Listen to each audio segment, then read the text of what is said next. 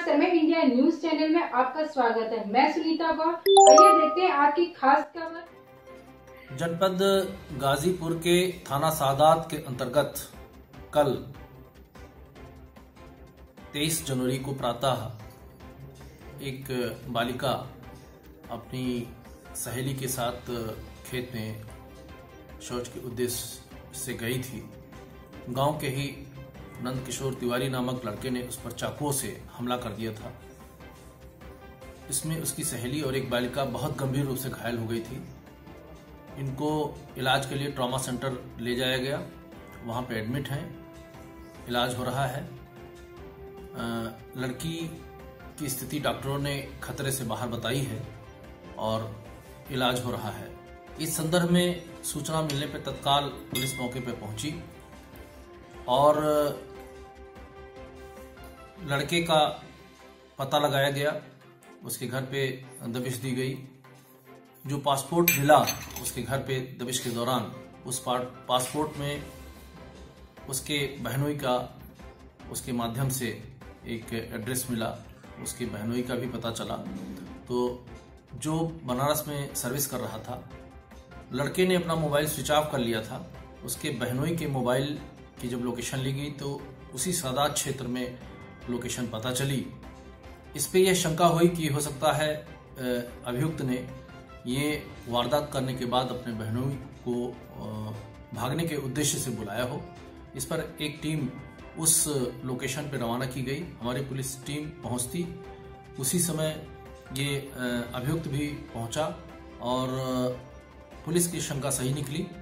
इसने भागने की कोशिश की, दौड़ा करके खेतों में इसको काफी दूर तक दौड़ाया गया। दौड़ा करके हमारी पुलिस टीम ने इसको तत्काल गिरफ्तार कर लिया और गिरफ्तार करके इसको थाने पे ला करके पूछताछ शुरू की गई।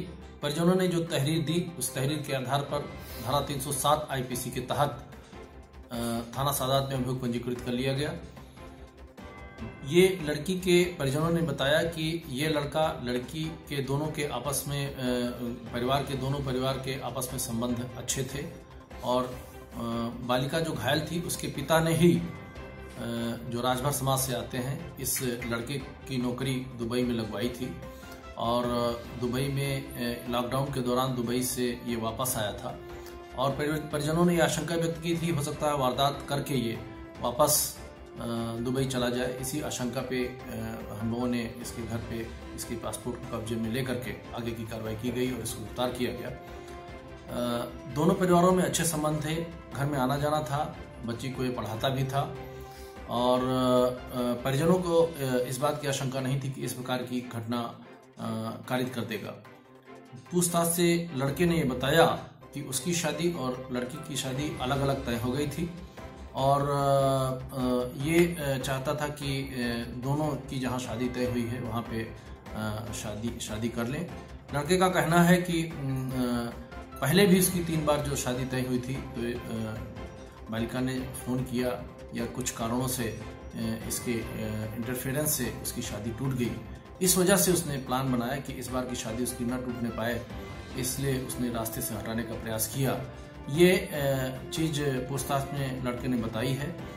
बच्ची ने भी ये स्वीकार किया है कि इसी लड़के ने उन पे चाकुओं से हमला किया। इस संदर्भ में इस लड़के को गिरफ्तार करके नियमानुसार कार्रवाई की जा रही है। अभियोग पंजीकृत कर लिया गया है, साक्ष्य संकलित किए जा रहे हैं। गांव में किसी प्रकार का जातिगत तनाव नहीं है। पुलिस बल मौके पर मौजूद है, ड्यूटी लगाई गई है और सभी परिजन, उसके परिवार के पिता से मेरी भी वार्ता हुई है और पुलिस की कार्रवाई से बहुत संतुष्ट हैं। त्वरित कार्रवाई हुई, दौड़ा करके और 4-5 घंटे के अंदर ही अभियुक्त को अरेस्ट कर लिया गया। इससे परिजन भी खुश हैं, किसी प्रकार का तनाव नहीं है। आगे की कार्रवाई की जा रही है।